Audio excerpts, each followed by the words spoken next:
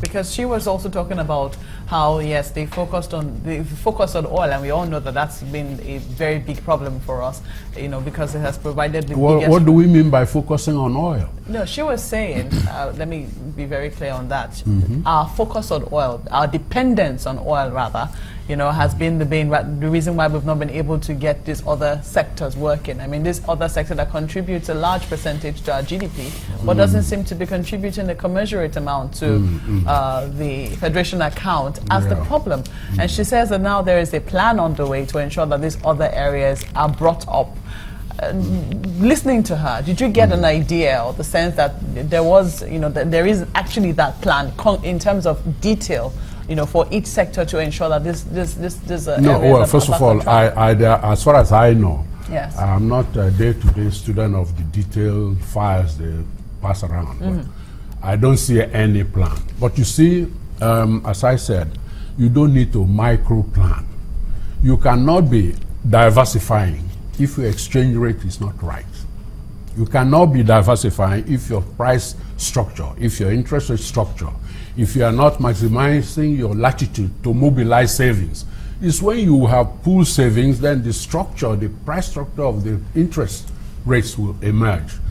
The individual doesn't need to come to Abuja or to Lagos. They can deal with their community banks, their local banks to get credit. That's where the diversification will What's the take problem place. you have with the exchange rate? You know what? Right now, it is unbelievable that a country of our size, a country of our maturity, in quotes, will have a divergence between a so-called official rate and non-official rate of the sort that we have. Now, the price of oil, as was mentioned, is creeping up a little bit. We are recovering money a little bit, although I understand they are not really spending it yet, which is not clear to the ordinary Nigerian, because monies are fungible. You can't have so much unemployment, unused capacities to be created, and you are gingerly putting funds in. There are ways you can manage because you can account for it.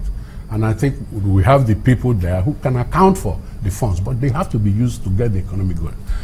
So, in essence, the exchange rate does not reflect the strength of the Nigerian economy. It is a total misconception to think that you can be talking about devaluation. In fact, right now, what you need is to reset.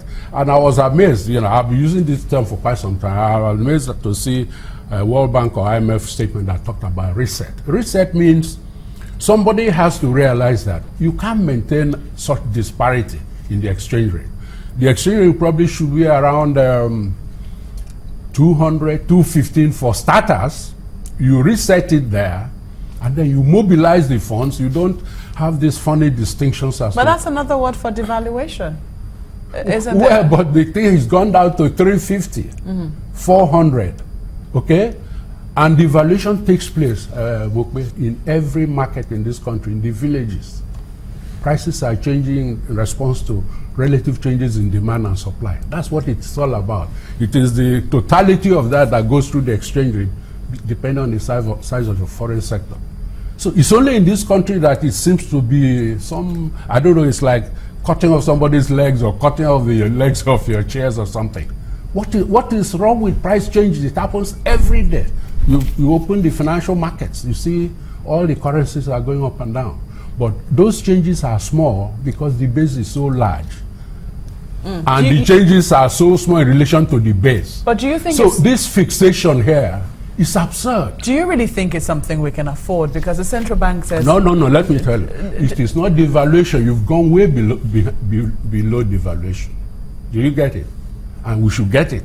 We've gone below devaluation. I'm saying if you set it 215 and you let it free and you mobilize resources, then you can see where it will settle. I think that if the central bank comes out tomorrow and says that, you know, the official exchange rate is now at 215, yes. I think that almost all the papers will be awash with the term devaluation. Well, who cares what all the papers will be awash with? Nobody cares. You want to restructure properly. If you don't do it, you see, out there, people think we are an oddity, and we are an oddity. That's why I decided to come out this morning, because you said we have gone below devaluation. We have gone way below devaluation. What does that mean? What does that mean? Yeah. Because See, the exchange rate can only be one price in a market. So what is the average of the official and the unofficial rate? You give me a guess. I just pull something out of the hat. But the important thing is not where you set it. The important thing is that you then, thereafter, as you mobilize all the resources you can get to meet all the viable projects that are available, and you get away from this fixation about where the resources come from, except in terms of the term structure of these funds, you find that the Naira will begin to appreciate closer below even the official rate because of the shared resources you are able to mobilize. Mope, do you understand what I'm saying? We are fixed. What? I'm just wondering, how will that work, especially if we don't improve our revenue earning base? Yeah, see, there are, you see, we belong to international organizations.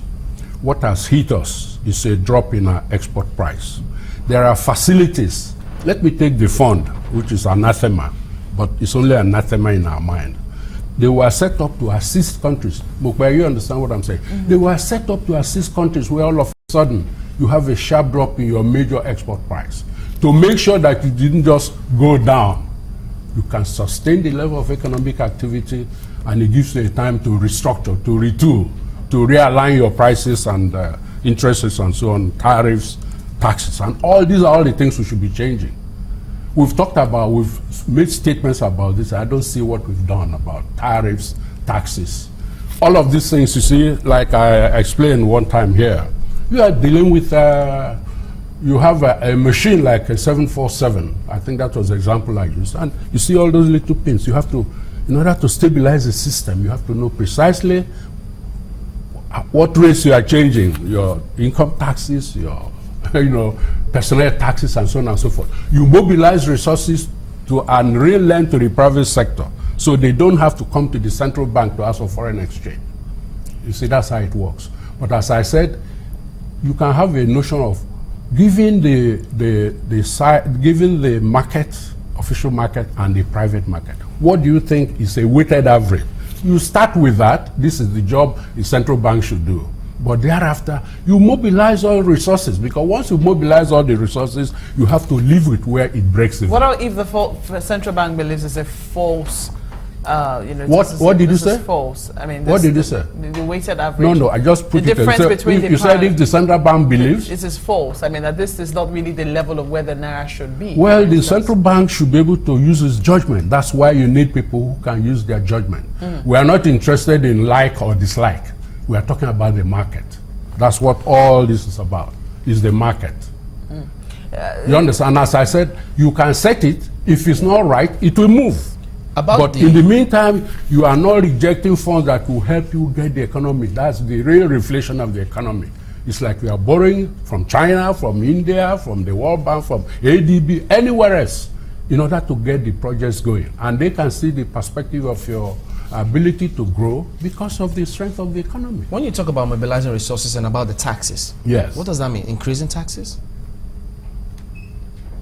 I introduced the value-added tax in 1994 at 5%.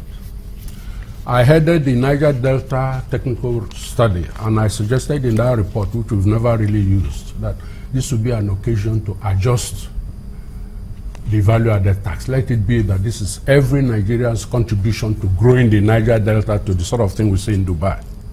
There's nothing wrong with raising taxes. But you see, as I said, we're talking about the 747. There are all kinds of simultaneous actions. You don't look at each one on its own. The government sits down, so okay, now my export revenues are down.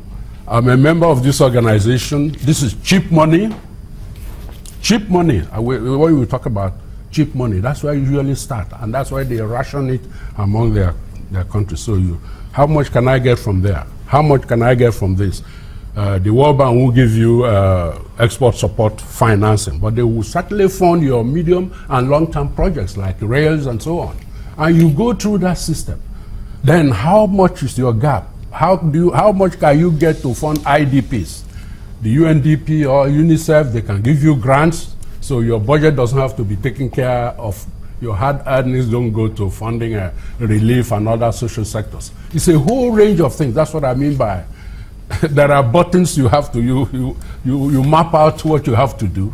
And it's your responsibility to do what other countries do to get the appropriate funds to meet social needs, commercial needs, investment needs, and so on and so forth. In the meantime, those you are getting these funds from are looking at how you are managing the economy.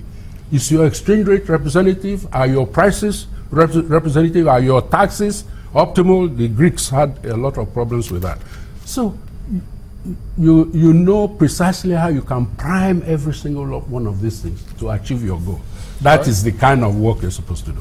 All right, Dr. Kalu, Idika Kalu is the former Minister of Finance. We appreciate your coming on this morning. You're welcome. Well, that's where we'll draw the curtains today on the program. We thank you all for watching and for your comments as well. We'll see you tomorrow. I'm Chamberlain Oso. Well, thank you for your contributions. Thank you. Yeah, lots of them. Thank you. I'm Malkwe Ugo. Many thanks, Sulaiman. I'll let us see you again.